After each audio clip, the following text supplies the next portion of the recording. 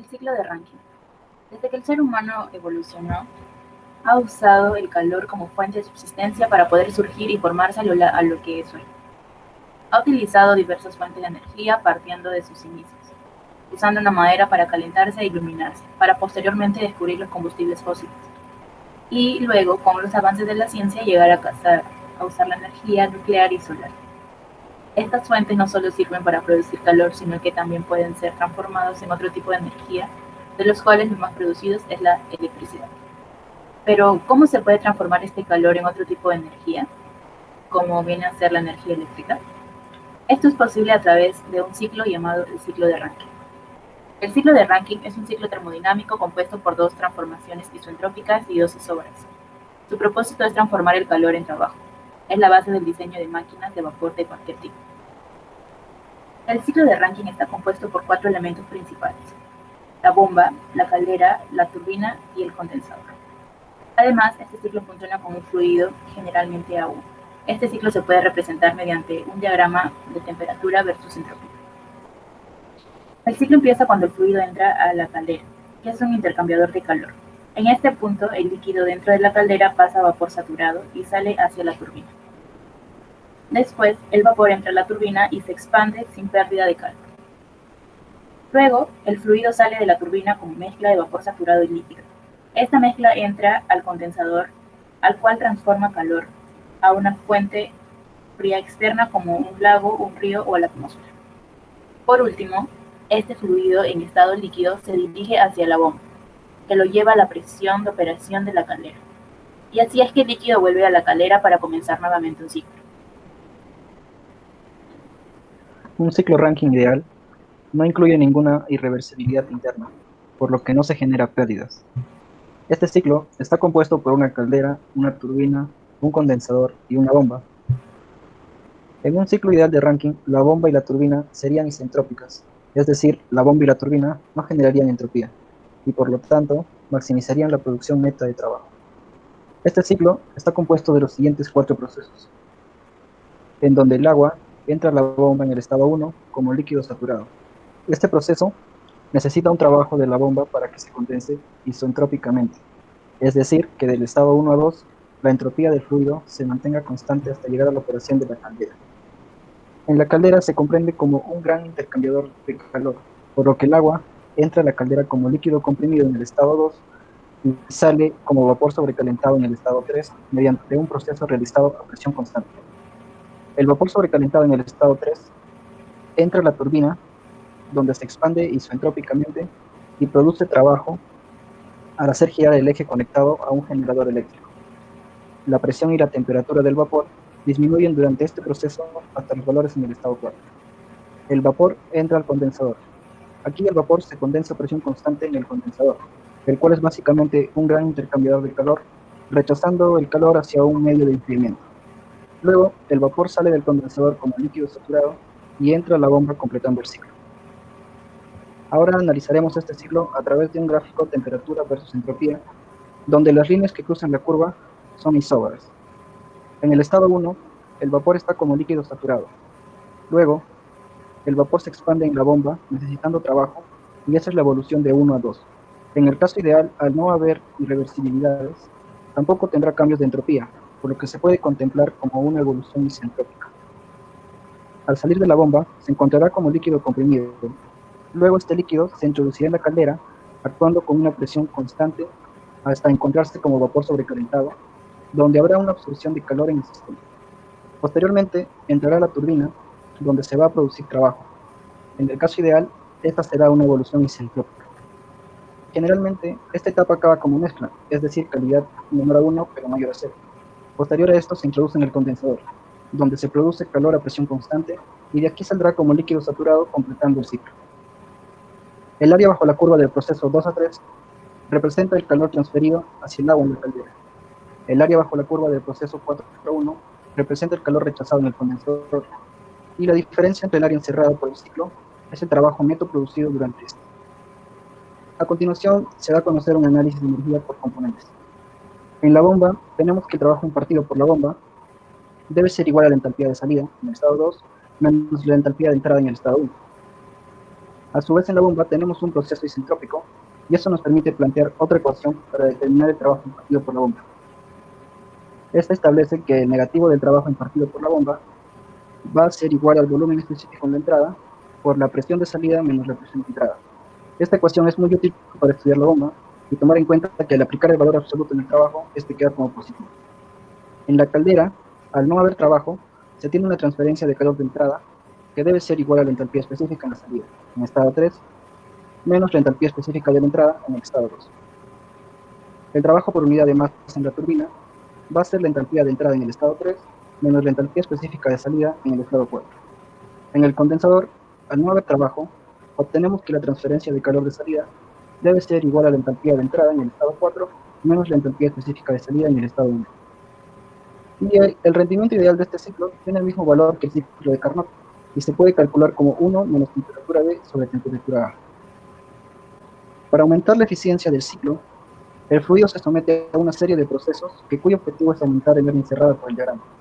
Entre estos, enfatizan los siguientes: precalentamiento, donde se precalienta el agua comprimida con gases que escapan por la chimenea de la caldera. Aún no se aumenta el área del diagrama, pero sí se reduce el calor que se debe introducir al ciclo. En recalentamiento, se calienta el vapor que cruzó la turbina, haciéndolo pasar por la caldera y luego por otra turbina de baja presión. Y en regeneración, consiste en extraer parte del vapor de la turbina para precalentar el líquido antes de entrar a la caldera. El ciclo real. Existen distintas irreversibilidades y pérdidas asociadas a los distintos equipos que reducen el rendimiento del ciclo, lo cual genera una deformación del diagrama ideal. Debido a las irreversibilidades, este ciclo se ve afectado, lo cual presenta una nueva gráfica, como se muestra a la derecha. Irreversibilidades en las bombas y turbinas. Para ajustar más el análisis ideal al funcionamiento real, hay que tener en cuenta los rendimientos adiabáticos de estos equipos.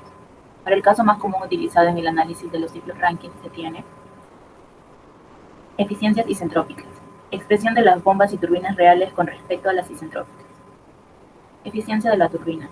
Esto surge de la división del trabajo real sobre el trabajo ideal, que viene a ser un equivalente al delta de entalpía del proceso real sobre el delta de entalpía del proceso ideal. A su vez, tenemos la eficiencia de la bomba, que surge de la división del trabajo ideal sobre el trabajo real, que equivale al delta de entalpía del proceso ideal sobre el delta de entalpía del proceso real. Análisis de las pérdidas. Las pérdidas que diferencian un ciclo ideal de un ciclo real son las llamadas irreversibilidades. Dichas pérdidas se pueden analizar mediante el balance energético de una central eléctrica, que se pueden encontrar hallando la potencia absorbida y la que se pierde. Del proceso 1 a 2 tenemos la irreversibilidad de la bomba. Del proceso 2 a 3 tenemos las pérdidas por fricción y calor. Del proceso 3 a 4 la irreversibilidad en la turbina y el proceso 4 1 las pérdidas por fricción y calor. Pero, ¿qué son las irreversibilidades? El fenómeno de reversibilidad resulta del hecho de que si un sistema termodinámico de moléculas interactivas es trasladado de un estado termodinámico a otro, ello dará como resultado que la configuración o distribución de los átomos y moléculas en el de dicho sistema variará. Irreversibilidad por Bohr. Existe una variación en la entropía de entrada, un incremento en el trabajo suministrado de la bomba. Se reduce el trabajo neto producido por la central. Es por ello que se calculará el rendimiento relacionado al trabajo real en isentrópico, ya que corresponde a un proceso no adiabático y existe pérdida de energía por rozamiento. Pérdidas por fricción, ocasionadas tanto por la caldera y el condensador debido a una caída de presión. Esto se debe a la fricción de las partículas del fluido y entre sí, que también se encuentran en las paredes de las tuberías. Para compensar estas pérdidas se requiere presiones más altas en el bombeo de la irreversibilidad de la turbina. Las turbinas de vapor son las más afectadas. También presentan una variación en la entropía de salida, una disminución del trabajo entregado en la turbina, corresponden a un proceso no adiabático y presentan pérdidas de energía por rozamiento. Es la principal irreversibilidad que experimenta el flujo de trabajo. Además, el calor transferido por el ambiente también representa una pérdida. Y el rendimiento asociado está relacionado al trabajo real e isentrópico. Y por último, las pérdidas de calor. Tanto en el condensador como en la caldera se presenta una cesión de calor del exterior. Como se puede apreciar en la caldera, Su rendimiento no es un 100%, sino un 93%. Y también en el condensador existe pérdidas de aire. En resumen, las irreversibilidades es la suma de las pérdidas por fricción, pérdida de calor y irreversibilidad en las bombas y turbinas. Aplicaciones en la realidad. El ciclo es utilizado en muchas plantas de generación eléctrica que funcionan con agua dulce de trabajo. Este ciclo es básico para el funcionamiento de turbinas a vapor y es el más representativo para la termodinámica. Un ejemplo de esto es la empresa Pemex, la cual es productora de amoníaco, metanol, polietilenos, óxido etileno, estireno, entre otros. Este cuenta con plantas generadoras de energía a base de vapor, que es lo que mueve los motores de las plantas. Esto sirve para hacer más económico el uso de las bombas, compresores y equipo móvil que utiliza la técnica tándem, que consiste en usar vapor y electricidad. De esta manera se hace más eficiente el uso de energía. Los condensadores resultantes se acumulan en tanques de almacenamiento y nuevamente se envían para la generación de vapor, lo que conlleva un ciclo continuo. Esa imagen que se ve ahí es un reformador primario. Así también hay aplicaciones en la generación de energía geotérmica y oceánica. Como se sabe, la energía geotérmica es una fuente de energía renovable que aprovecha el calor que existe en el subsuelo de nuestro planeta. Existen aquí 4 formas de explotación eléctrica de las fuentes geotérmicas mediante el uso del ciclo, según el sistema utilizado. Encontramos al sistema de conversión directa, el sistema de expansión súbita de una etapa, el sistema de expansión súbita de doble etapa y el sistema de ciclo binario. El sistema de conversión directa, este es el más sencillo de los 4 planteados y comúnmente utilizados. Aquí el vapor sobrecalentado del pozo de extracción es dirigido directamente a la turbina de expansión y hace girar el generador acoplado en ella. Así también el valor es dirigido al condensador, donde se obtiene agua líquida saturada. Parte del agua se hace pasar por la torre de refrigeración para que sirva posteriormente de refrigerante en el propio condensador y esto se llega a reinyectar en el pozo. En el sistema de expansión súbita de una etapa, en yacimientos hidrotérmicos donde aquí predomina el valor húmedo. El valor húmedo sufre una evaporación súbita al ascender. Esto se debe a la disminución de la presión. Y previamente a que llegue el vapor húmedo se utiliza un separador de fases para evitar el vapor seco a la turbina y la salmuera que vuelta al acuífero por medio del pozo de reinyección. En el sistema de expansión súbito de 2 etapas, aquí se trabaja con salmuera y la salmuera llega primero a un depósito a baja presión, donde se produce la primera evaporación súbita y se conoce el vapor a la turbina de alta presión. En esto, el líquido no evaporado se pasa a un segundo depósito a más baja presión, donde se produce la segunda evaporación súbita. Este vapor es conducido junto con el exhausto de la turbina de alta hacia la turbina de baja presión. Finalmente, en el ciclo binario, este consta de 2 circuitos, uno primario y otro secundario, que funcionan a modo de intercambiador de calor. La salmuera aquí se bombea mediante la presión a la que se encuentra en el yacimiento hidrotérmico, evitando su evaporación súbita y se pone en contacto a través del intercambiador de calor con el fluido de trabajo evaporar. Se produce también la transferencia de calor termodinámico entre ambos circuitos y el vapor generado del fluido de trabajo es dirigido hacia la turbina. Por otro lado tenemos a la generación de energía oceánica. La generación de energía oceánica aprovecha las variantes de temperatura que ocurren desde la superficie, o sea, las temperaturas cálidas, hasta las que se encuentran en las profundidades. Este ciclo es utilizado ya que por medio de este se requiere el agua más cálida en la superficie para evaporar el fluido. Este queda en vapor húmedo y se busca separar el líquido del vapor. Se lleva el vapor seco a una turbina de baja presión. Después de este proceso se lleva esta mezcla a un condensador, en donde se condensa gracias al agua que está a 1000 metros de profundidad, que tiene una temperatura mucho menor a las superficies. Aquí encontramos ventajas y desventajas. Entre sus ventajas encontramos que reemplaza el combustible fósil, reduce la contaminación por monóxido y dióxido de carbono, la energía es renovable y por obvias razones debería tener un descenso en las tarifas eléctricas.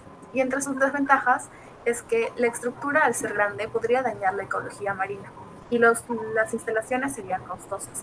Así también, el agua debería siempre tener una diferencia de temperatura de 20 grados centígrados todo el tiempo que llegue a estar operando. Análisis de mejoras. Las mejoras para el ciclo Rankine se dan puesto que existen inconvenientes debido a que el vapor sale muy húmedo de la máquina. Esto genera corrosión y posibilita el impacto de gotas de agua sobre los álabes de la turbina a través de una corrosión por erosión, por lo cual se requiere de mantenimientos cada vez más frecuentes y de paradas de plantas. Por ello, para poder incrementar la eficiencia del ciclo, se buscan soluciones prácticas con los ciclos Rankine de sobrecalentamiento y recalentamiento.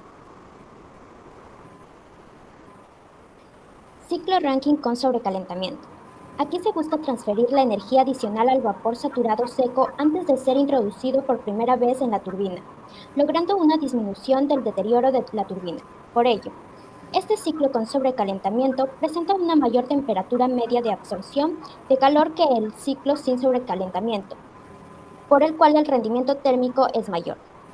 Además, el título del vapor o calidad del vapor que sale de la turbina es mayor que al de la salida de la turbina sin sobrecalentamiento, con lo que se disminuye el problema del bajo título de vapor expulsado de la turbina. Por último, con un suficiente sobrecalentamiento, el estado a la salida de la turbina puede caer incluso en la región de vapor sobrecalentado, como se muestra en el diagrama temperatura versus entropía que ya se explicó anteriormente. Ciclo Rankine con recalentamiento. Aquí se busca un aumento del trabajo de la turbina. Por ello, un incremento de la eficiencia del ciclo Rankine a través del aumento de la presión de operación en la caldera, pero este aumento origina un mayor grado de humedad en los últimos pasos de la turbina, que lo hace volver a la caldera para ser recalentado y para disminuir la humedad a la entrada de la turbina. Posteriormente, el vapor retornará a la turbina en donde logrará expandirse hasta la presión del condensador.